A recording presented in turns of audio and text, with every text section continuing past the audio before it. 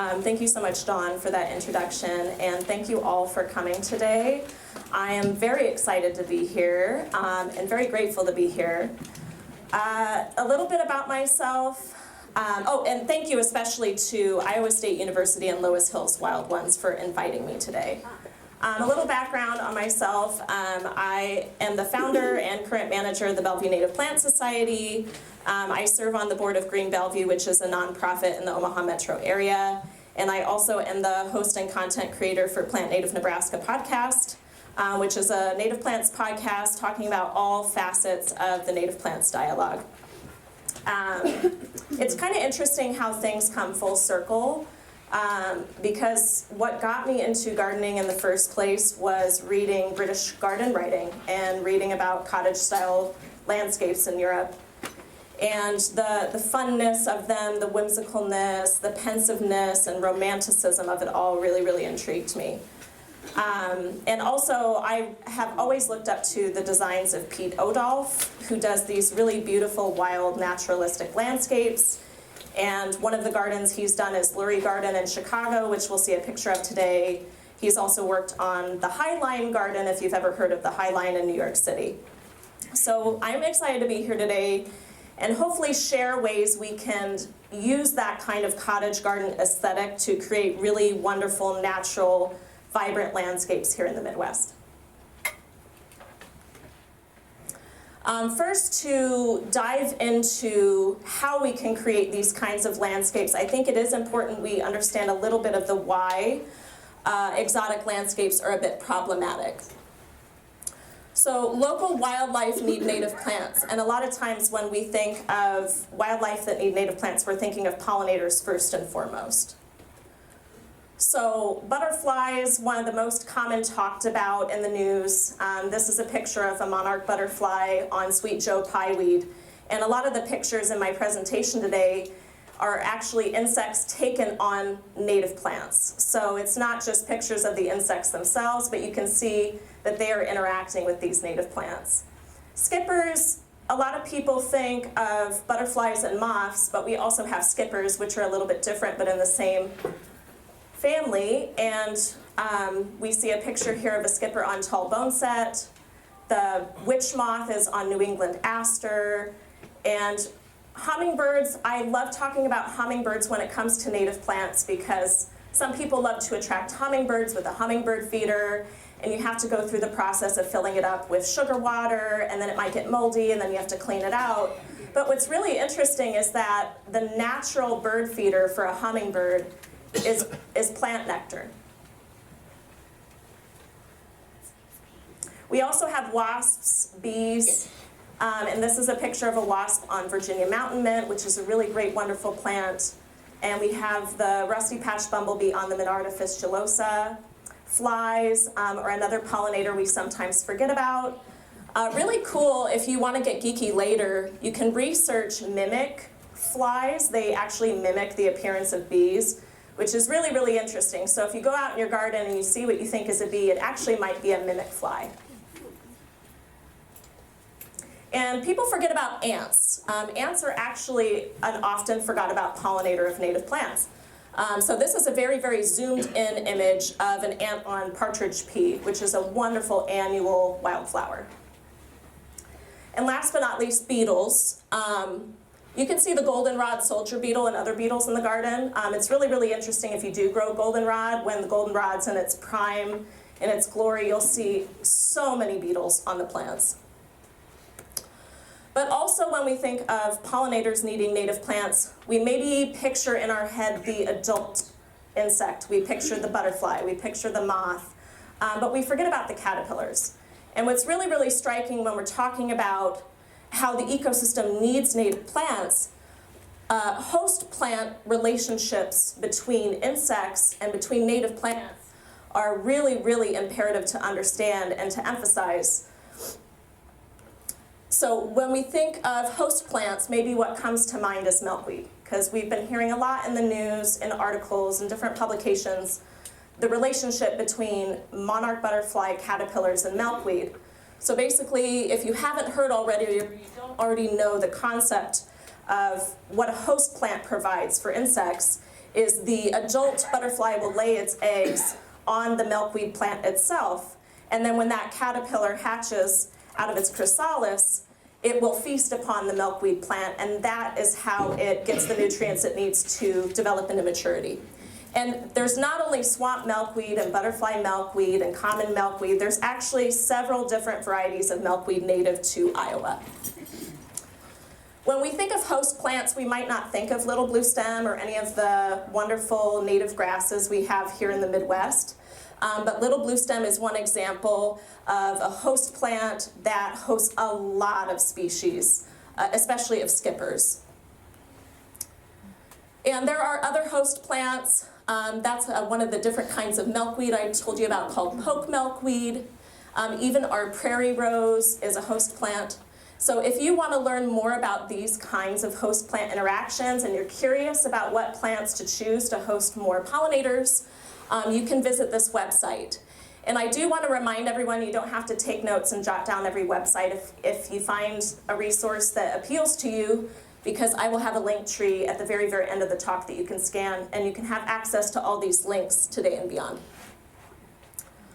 So adult needs. Adult insects visit native plants both for their nectar and their pollen. You'll find different kinds of insects will prefer one over the other. Heather Holm is a really great resource if you're curious about what insects are visiting for pollen or what insects are visiting for nectar. So we have our specialists, and the way I like to describe this as specialists are picky eaters, okay? So they're your kid that wants to eat chicken nuggets and hot dogs. I'm not looking at you, Bryce, okay?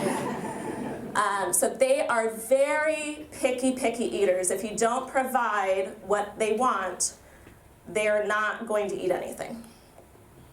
Now, some insects are generalists, and this is part of the dialogue that we have, say, if we have a neighbor who's got a traditional style garden and they've got lots of traditional plants, they use a lot of exotic annuals, they use traditional roses, lilac. You see a lot of pollinators during the summer because a lot of the pollinators you're seeing are generalists.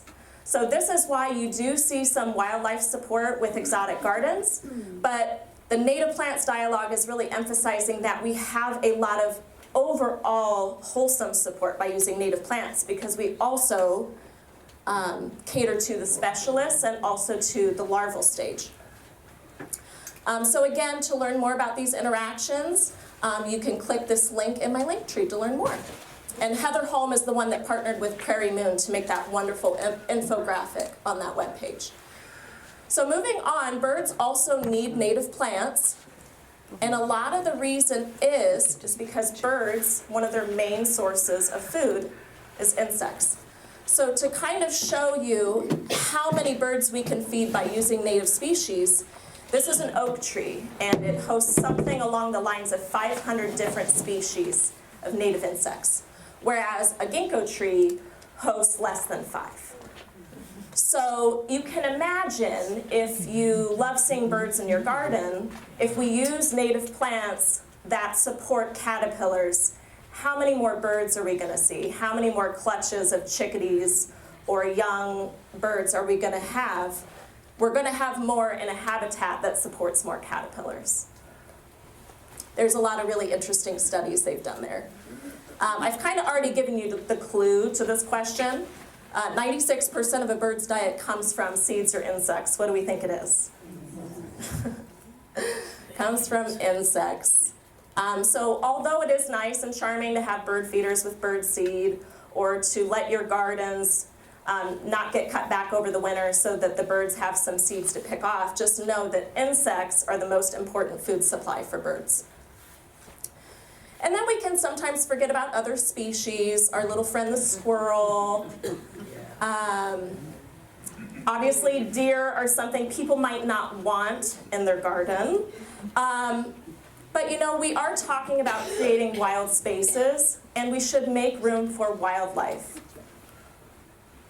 Also, water wildlife is something that's often forgot about. When you have wetland habitat or you have habitat near streams, actually fish and other amphibians and creatures that thrive in the water do rely also on native plants. So we can go back to kind of an old school biology way of looking at this. We have the catalyst, or native plant, as the producer, and then we have primary consumers that use some sort of plant material from the native plant. So they might use nuts, they might use berries, they might consume the plant material itself in the case of caterpillars. And then we have our secondary and tertiary consumers that consume the consumer that consumes the native plant. So kind of reminding everyone of basic food chain structure. And then of course decomposers break down the whole thing, and then we start all over again. But the important part of this chain is the native plant habitat. Exotics can be expensive, and I feel like we don't talk about this enough. And we know that price deters action. So, you know, if you're at Whole Foods and you have a choice between $7 strawberries and $4 strawberries, which one are most people normally going to walk away with? And what's really, really interesting about the native plant dialogue is right now, the market for native plants is that they are more affordable. So you have the same size pot at these two suppliers, and this is a real listing from White Flower Farm, and this is a real listing from Prairie Legacy Inc., which is a native plant supplier in Nebraska. So in this case, price is working in our favor because we are paying 3 times more for the same size plant, and the only difference is that this is a straight native and this is a cultivated version. So I thought it would be interesting to show a design from Prairie Moon, because I think these designs are fantastic, and I wanted everyone to know that these things are out there for free for you to use. But this garden bed, if you purchased all these plants from Prairie Moon, and this isn't accounting for if you grew any of these yourself from seed, if you purchased all these 38 plants, you would spend about $160. Whereas if you went to a local nursery and you spent an average of $10 a plant, you'd be spending twice as much. So when we talk about native plant gardens, we should emphasize the fact that it is better for discretionary spending to be planting a native plant garden that's not using exotic plants, that's not using cultivars, because we're going to save a lot of money and we're going to be able to have larger gardens. Exotics are otherwise problematic.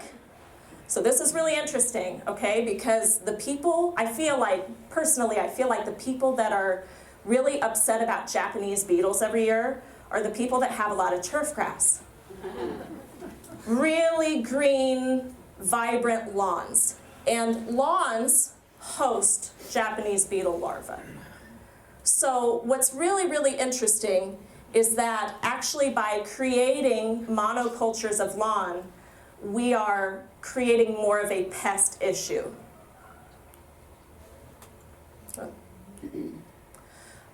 Invasive plants. When we talk about exotics, we also have to think of the invasiveness of exotics and the problems that they pose to natural habitats. These, I believe, were taken from Missouri, so some of these you may be familiar with, some not. Calorie pear is a good one to talk about. I actually saw this year a lot of programs and nonprofits are creating these calorie pear buyback programs, which is really neat, so you can look into that. If you have a calorie pear on your property, they will pay or substitute a free tree if you promise to cut it down. The invasive plants in my neck of the woods that are a huge problem is Japanese honeysuckle, barberry, why am I blanking right now? Poison hemlock is a big problem, and also Canada thistle.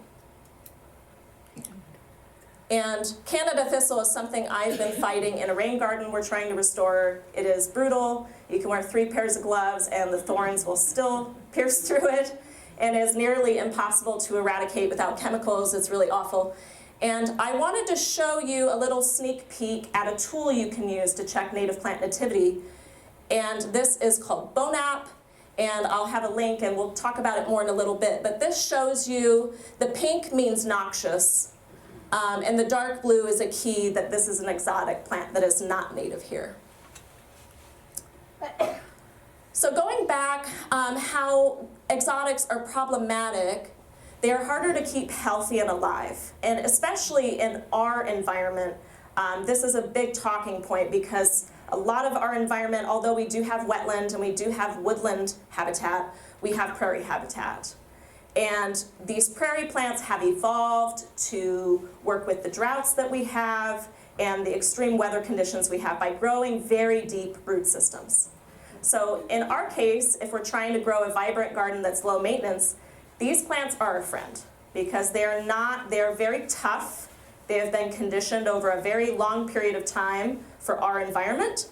And you can find some really, really neat photographs of root systems. I believe in Council Bluffs, Iowa, at a museum, they have this picture of prairie rose and maybe it was Indian grass that were intertwined together, and it's literally like 8 or 15 feet tall. So it's really incredible when you dive deeper into it. You're like, wow, these plants are built to survive. We should be using more of these in our gardens. Rejecting perfection. I am a little bit of a rebel at heart, so I like the idea of rejecting these common illusions in relation to gardening. Cottage gardens should be sustainable and accessible. And I think the primary reason for that is just the premise of what a cottage garden is. It's something that enhances the home. And it's something that's very charming and very good for our health. So to make it as sustainable and accessible as possible is really important. Now this is a common myth. I'm not dissing Joe Gardner for any of you that like to watch Joe Gardner's videos on YouTube. But I am taking tack with the idea of creating a weed-free garden, because a weed-free garden doesn't exist. You're not ever going to have a 100% weed-free garden. You can minimize weeds, you can use ground covers, you can use really good practices to eliminate most of your weed issues, but weeds are here to stay, and to create a weed-free garden is going to rely on a lot of work that we don't have, a lot of time and money that we don't have, and a lot of chemicals.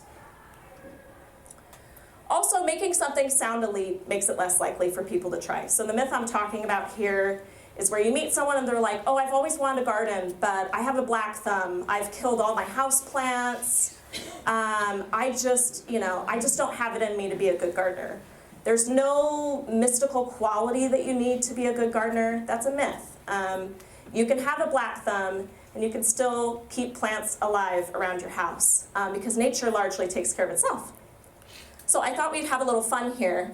This is one of my favorite kids' movies of all time. We've seen it a lot. So this is from Ratatouille, if you haven't seen it. And the chef's premise is that everybody can cook, anybody can cook. And so I thought we'd have a bit of fun and say anyone can garden, because they can.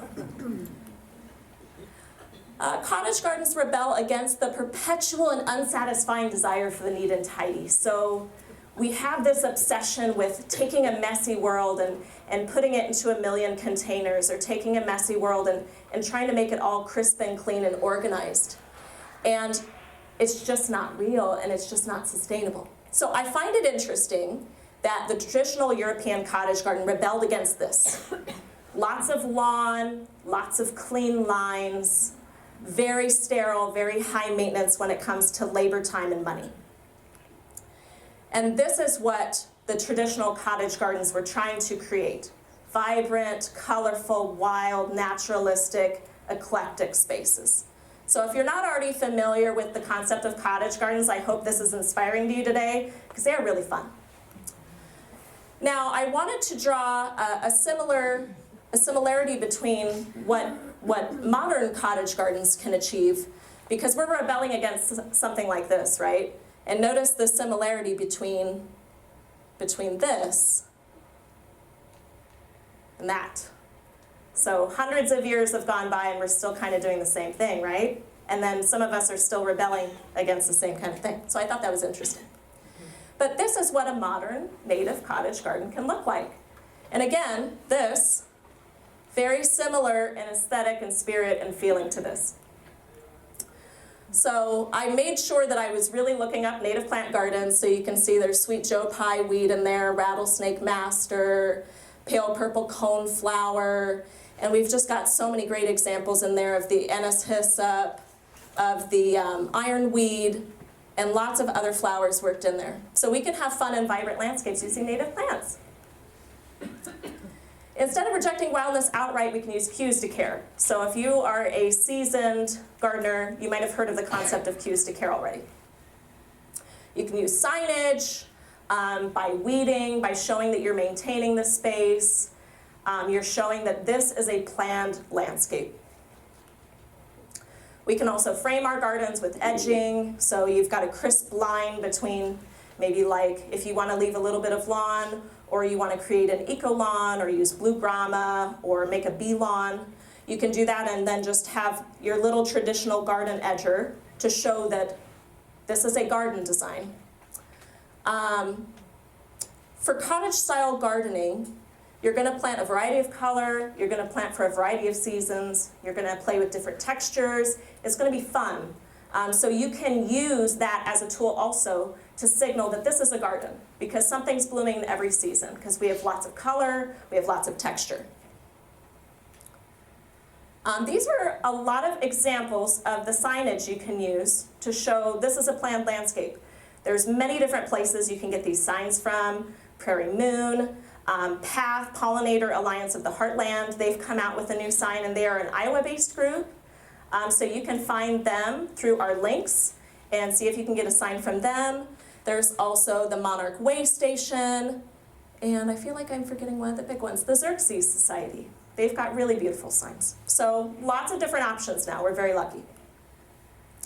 This is another, someone made kind of like a big educational sign, which I think would be neat for maybe like a library garden or some other community space. You can even have a larger sign that's a bit educational.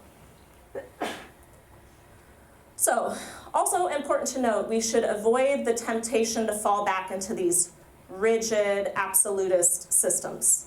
I like when people debate about never ever using non-native species. So I'm talking about the plant purists. They're like, everything in your garden has to be native. You cannot have iris, you cannot have daffodil, you cannot have tulips.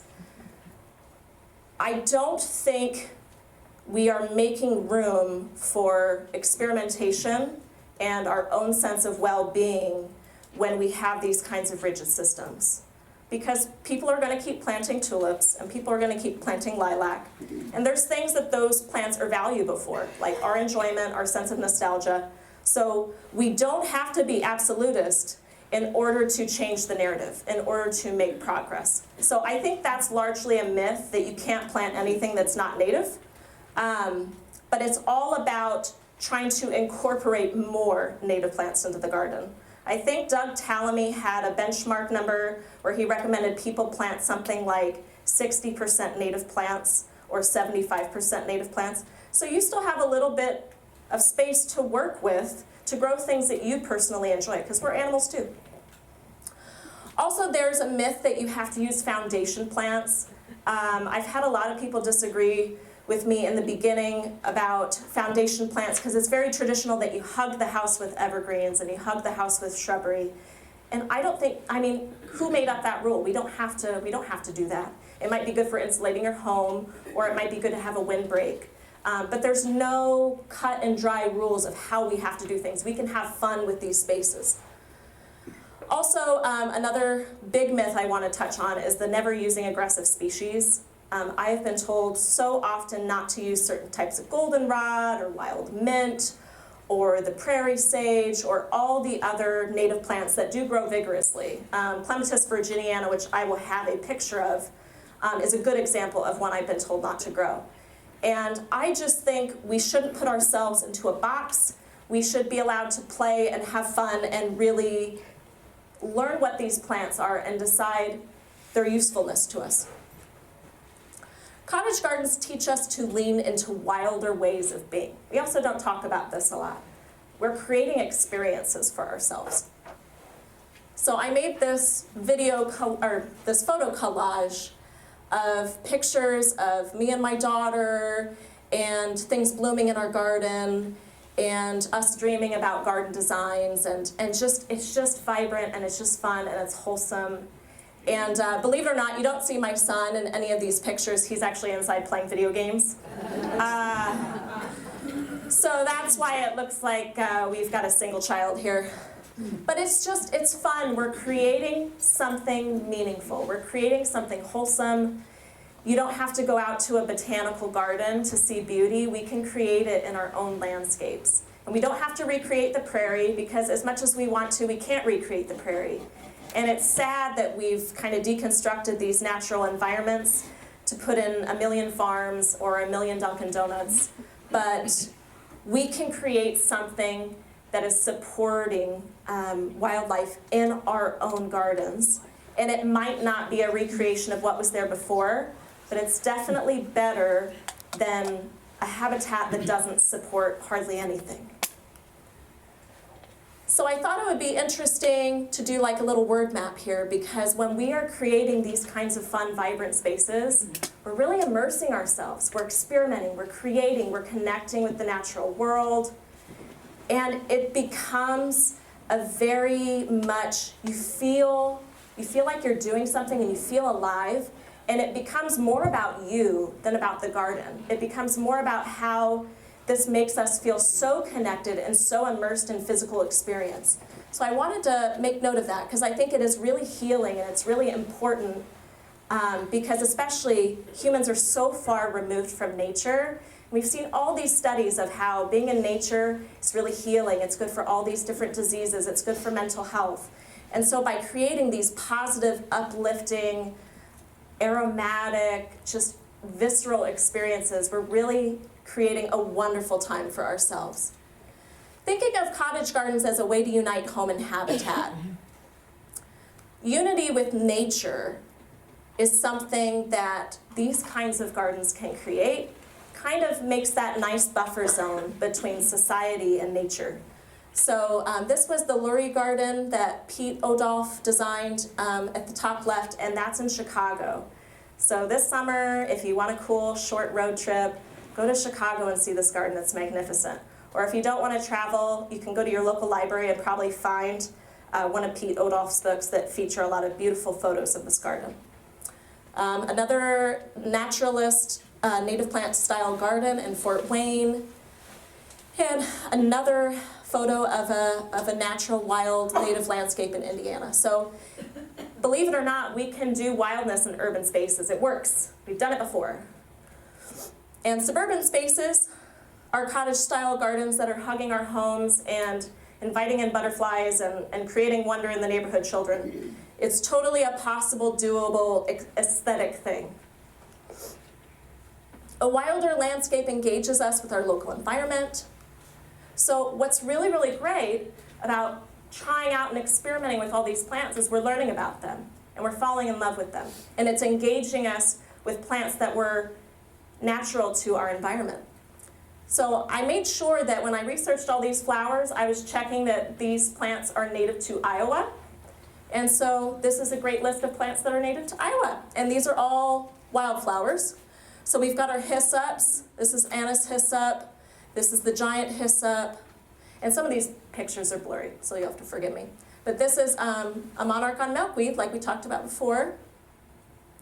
This one here, baptisia, the white baptisia, larkspur, pale coneflower, purple coneflower, the early sunflower. There's just so many choices you can use when creating a wild garden. You can decide if you want to play more with texture, more with colors, or use really, really vigorously blooming stuff. You can research different plants and decide what you like to use. And liatris, if you ever want to see a bunch of butterflies in the summer, liatris, you got to plant it. And there's lots of different varieties. And this is our native bee balm, wild bergamot. You can use it to make a wildflower tea. It's got a great scent, a great structure, all around a really good garden plant. We've got more native wildflowers to choose from. This is another bee balm. Penstemons. Penstemons are a traditional garden flower. So you might already be growing penstemon in your garden, but we actually have a lot of native penstemon. That's awesome. Prairie phlox. The mountain mints all look wonderful and smell heavenly. If you're scared of wasps, you will see wasps on mountain mint, but they're not out to get you, okay? They're out to get nectar and pollen. And one flower that I love to use is yellow coneflower. So it's actually in the Retivita family. A lot of people get echinacea and Retivita confused, which is understandable because they look similar. But this is a really great plant. Gorgeous, nice height, really good structure, just stunning when it blooms. Also, we have a sweet black-eyed Susan. So this is a taller black-eyed Susan. You can kind of tuck it into a back corner where it's going to get a little bit of sun.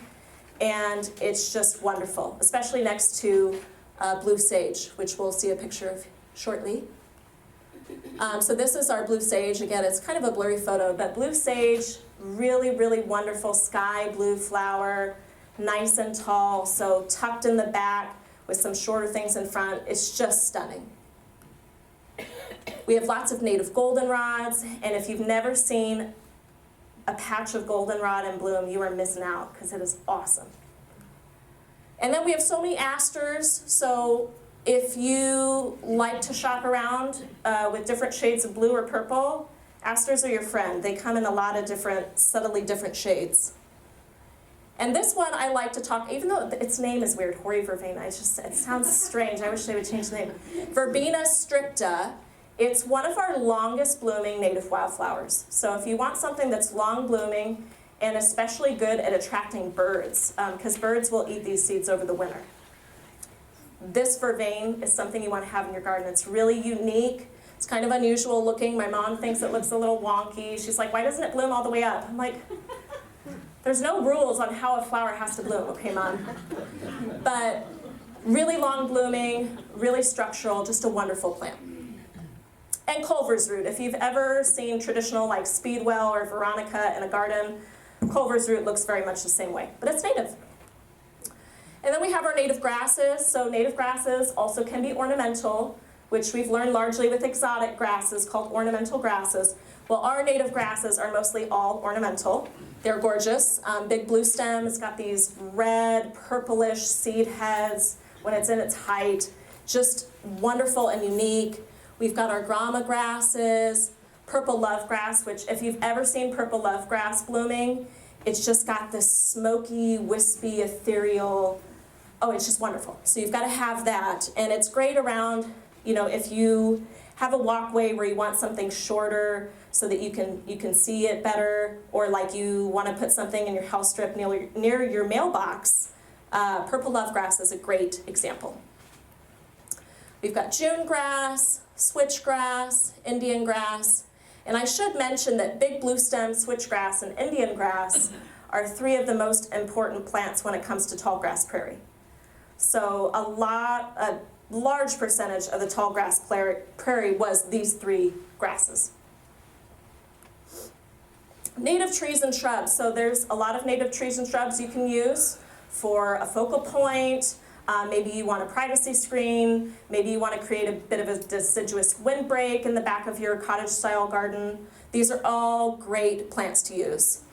Service berries are just gorgeous. Lead plant is really unusual. It's got these very highly contrasting colors, of purple and orange. Lead plant is one of those ones, though, where you kind of got to be patient. So it takes 3-4 years for you to really be able to enjoy it. You might buy it as an itty-bitty little $4 pot and be like, wow, like the next year, like, is it dying? What is it doing? Like, am I watering it enough? But you got to wait 3 years. So it's one of those creep, leap, yes, you know what I'm talking about. So you got to wait for it, and then you get rewarded for your patience. This is in the lead plant family, Amorpha fruticosa, gorgeous plant. Some people don't like it because it seems leggy part of the year. When after it's done blooming, it just seems really, really leggy.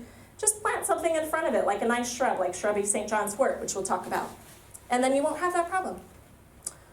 New Jersey tea, you might have heard that one, and it does make a tea, hence its name. Buttonbush, which a lot of people shy away from because it's 10 feet tall.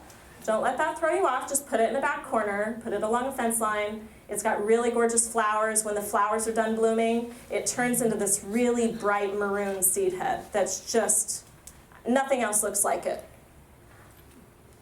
And then witch hazel, there are 2 witch hazels that are native to the Midwest, and it's a very good example of an early bloomer. So you could use witch hazel in your garden also. But lots and lots of examples. Shrubby St. John's wort is maybe kind of what I use to mimic foundation plantings.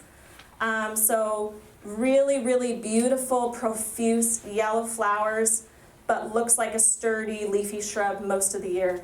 And then towards the end of the fall, it's got these really bright coppery red seed heads. So it's very ornamental, it's very structural, and all around a really good pollinator plant. We've got our prunus plant, so American plum is a good example. Again, edible plums, so you kind of also incorporate that spirit of a cottage garden where we utilize edible plants here and there. Our native roses, I talked to so many people that didn't know any roses are native to the Midwest. Not all roses are from Asia.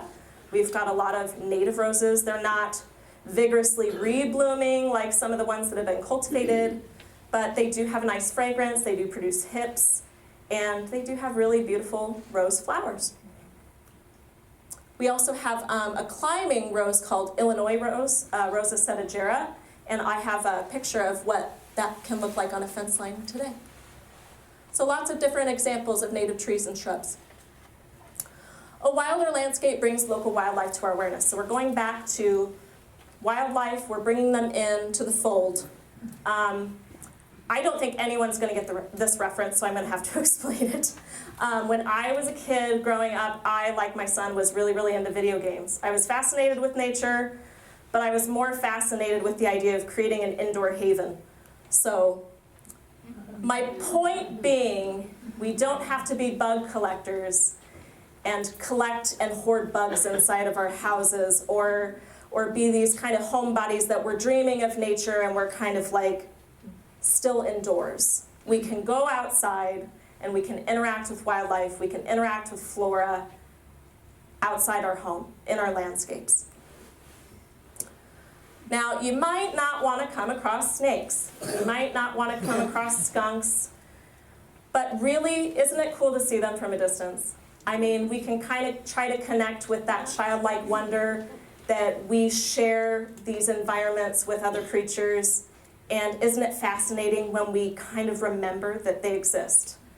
And we get to look at them and we get to study and we get to see like our cute little squirrels running across, the garden and bearing a nut that they are for sure not going to find. Like, let's be real, they're never going to find it. We get to connect with nature. We get to invite it in. Also, important to note, seasonal changes. We don't lose seasonal succession with native plants. We're just kind of shifting gears a tiny bit and using different plants on the calendar. So now this is just an example of something I've created for our plant society. It's a bloom time chart, and you might find a lot of these online if you research. And I was just trying to teach people in our group how to plant seasonally.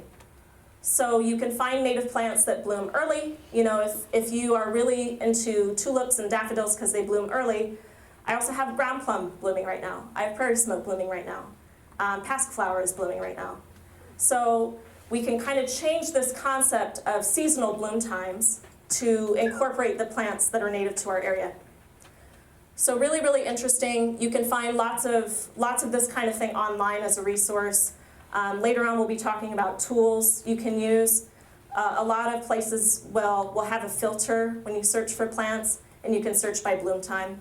So really, really easy if you want to create a seasonal garden for every season to look up bloom times.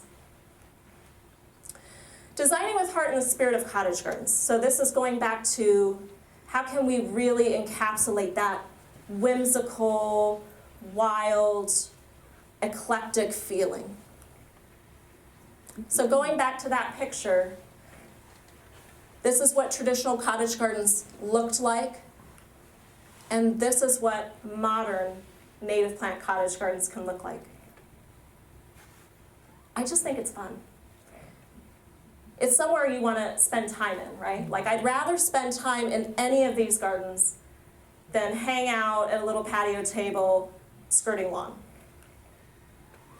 We can use traditional elements of cottage-style gardens. So we're going to be using taller plants. We're going to go heavy on perennials. And even if you get into the 4, 5, 6 foot tall category, it's okay because that's intended. That is aesthetic and appealing to the wildness of the design space. We'll use a variety of color and texture and bloom time like we've talked about. You can set off plants with hardscaping, so we use boulders. I even think of like concrete bird baths as hardscaping, sculptures as hardscaping, and you can really create the feeling that this is a fun, artful garden. This is important to note because a lot of people like to edge their cottage-style beds with boxwood, or maybe you like to use boxwood as an edger just on the edge of your garden. So you can use this concept, but maybe you use a semi-evergreen perennial like penstemon, and you just edge your whole bed with penstemon. Or perhaps you use some other low-growing native ground covers such as pussy toes or Missouri primrose or one of the shorter mountain mints. So we can still have that idea of edging something with plants and just sub out the boxwood for something. If you really, really want an evergreen that really resembles boxwood, you can use inkberry. It's just know that inkberry is only native to the southern United States and it's not native to the Midwest. Although it will probably arguably have more pollinator benefit than boxwood. I like the idea of adding topiary in to a garden because when you give that kind of focal point, you add some height in, it makes it look really playful and traditional at the same time. You can grow native vines up a trellis, up an obelisk. You can have a garden arch, which I got a picture of here shortly. So this is our native Clematis virginiana, just wrapped around a pole. But I also have it growing on an arch in our vegetable garden. And my husband can tell you when it's in full bloom, it is so awesome. And you're just like walking under it. So we can play with these different traditional garden elements and use native plants. This is a close-up picture of the clematis flower. So it looks very similar to sweet autumn clematis, which is the exotic clematis, but it's not fragrant, so that's how you can tell the two apart. This is a picture of that climbing rose I talked about, Rosa sedagera. It really fills out a fence line really beautifully and does kind of mimic that traditional, I mean, if you've seen pictures of British cottage gardens, you see they love to grow roses up a fence or kind of hook it on up above the doorway. You can do the same kind of thing with our native climbing rose. And you can't really see so much from this, but it is, I mean, this is one plant. And it is chock full of blooms and just spreads up into this beautiful fountain when you prune it. So it's wonderful. This is a terrible picture of showy partridge pea. But showy partridge pea is a really great annual that a lot of people compliment when they go on like some sort of prairie hike. You'll see a lot of partridge pea growing around. It's really unusual. It's got these ferny-like leaves. So that would be a good annual to use. If you're into using annuals, just use some native annuals to add in with your Mexican sunflower and your zinnia. We have native annual coreopsis. There's actually a native impatiens. I just found this out last year.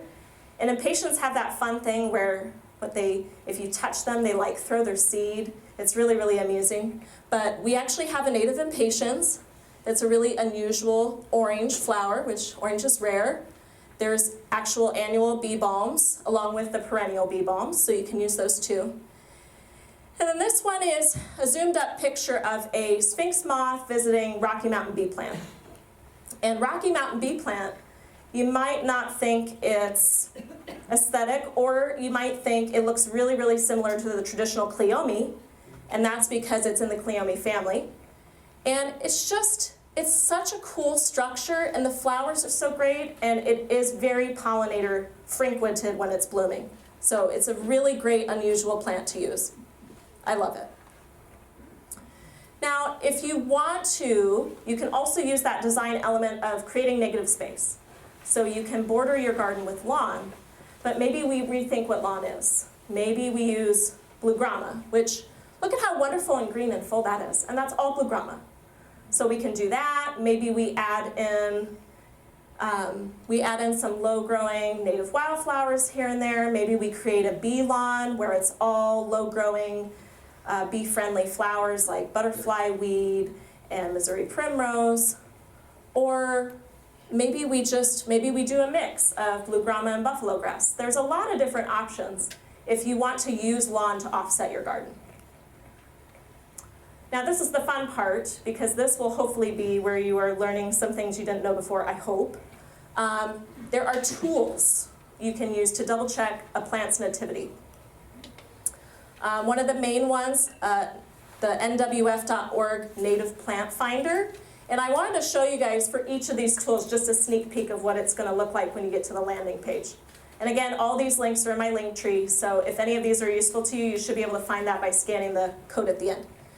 So I put in a Iowa zip code, and then it shows all the families and how many lepidopteran species they support. So lepidopteran species are butterflies, skippers, moths. So you can see, okay, goldenrod supports 85 species in our area. And then you can click through to goldenrod and see the specific varieties. So this is one of the tools you can use, and it's great because they have trees and shrubs also. If you want to get really nerdy about it, you can use BONAP, which is what I use, and a lot of the really expert people in the industry or people that are running the nurseries, they use this to check plant nativity. So you can go to bonap.net. This is going to be the landing page, and you're going to go, I think it cut off here, but you're going to go where it says BONAP North American Plant Atlas. Okay, this is fun. We're getting really nerdy now. You go and you select maps by states, and this is going to pop up. And then you select your state, and don't freak out if it doesn't take you to the next page, because you actually just scroll down once you click your state. So you scroll down, and it's going to show you a bunch of plants you've never heard of in your life, and that's okay. But it's going to list them by their Latin name. And I, for the sake of showing you something, selected penstemon. And so what this is showing us here is I selected Iowa, is showing us all the penstemon species that are native to Iowa. And light green means that it is found in that county, and dark green means it is found in that state. So if you want to get really specific about where you are and what was there historically, you can use this map. But you don't have to do this. This is a tool you can use. There are lots of crib sheets you can use that people have made up to make it easier. So you don't have to get this nerdy about it if you don't want to. And again, there is a color key on their website, so if you're like trying to remember what colors mean what, you can look that up. Luckily for us who do not want to go crazy and do a ton of work, there are ecoregion guides, which is really great. I wish I had found some of these years ago when I started out. It would have made it a lot easier. One great option is through the Pollinator Partnership. If you haven't heard of them already, look them up because they are awesome. You go here, again, similar thing, you put in your zip code, and it's going to pull up a guide that's for your zip code. So I pulled up the Prairie Parkland Guide, and just to give you an idea of what it tells you, it gives you descriptions, it gives you bloom times, it gives you heights, it gives you the Latin and common name. It's nice. So we have these kinds of tools to make it really, really easy for you to plant a native plant garden. What I like too about this guide is it even includes some of that host plant interaction information we talked about earlier. Another option is through the Xerxes Society. So they've got pollinator lists, and again, you select this time you select your state, and this is what the guide looks like for Iowa. And similar thing, bloom times, details, heights, sun requirements. So you get the idea. It's really comprehensive and really going to help you decide what plants are good to use in your garden, and then you can go through it and just pick the ones that really appeal to you, that seem like I would really enjoy having this plant in my garden. Pick that one.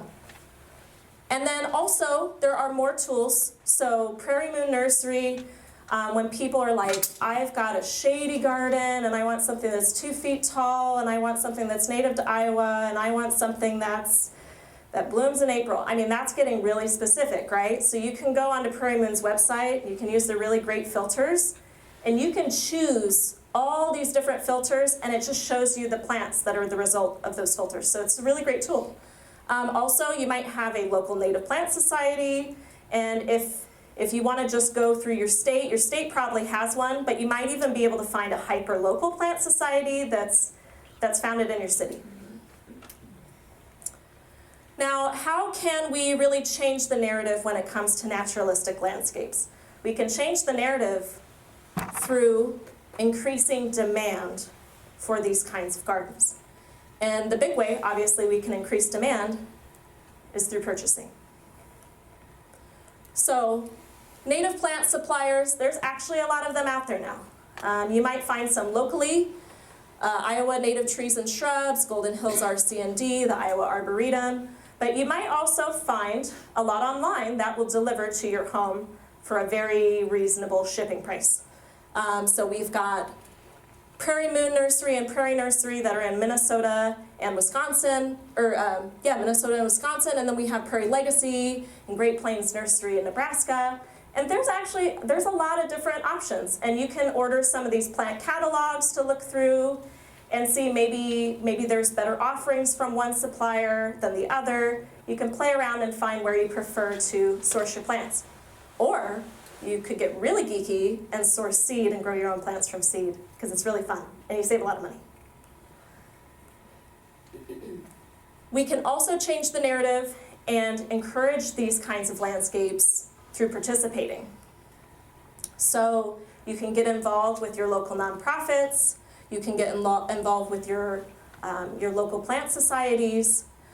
Shameless plug, you can listen to Plant Native Nebraska and hear some fun information and learn about all the different facets of native plants. And this is just an example of our landing page for the Bellevue Native Plant Society, and I assume there's going to be similar resources and organizational tabs on your Native Plant Society's webpage if you do find one near you. We have a list of our events for the year. We've got resources for people to look up, including webinars and infographics and articles, a contact page, places to visit tab so you can look up local places. So your Native Plant Society may very well have all these kind of resources for you to use for free. You can also find your local Wild Ones chapter. So I put in the zip code and it took me to Lois Hills Wild Ones chapter. So another way for you to get involved and participate in educational outreach and learn a little bit. Now, showcasing is one that people are maybe less comfortable with. It's like, well, I'll grow the garden, but I don't want to talk to my friends or neighbors about it or go on a garden walk or anything like that. But even just using signage, like we talked about, we showed the different options. I mean, that's showcasing. This is kind of saying, look at this wholesome thing we're doing. Do you want to learn more about it? And it's as simple as smacking up a really pretty sign in your garden for people to see. You can also get on a map. So I mentioned PATH before, Pollinator Alliance of the Heartland. This year they got grants to get an online map. So that's going to go live this year. So you can kind of follow them and see when that happens, and then you can get on the map.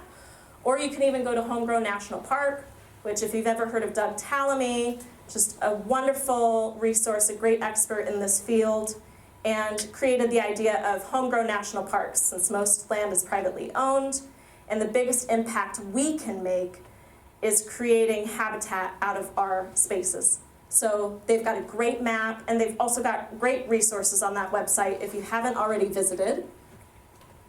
And talk your friends to death.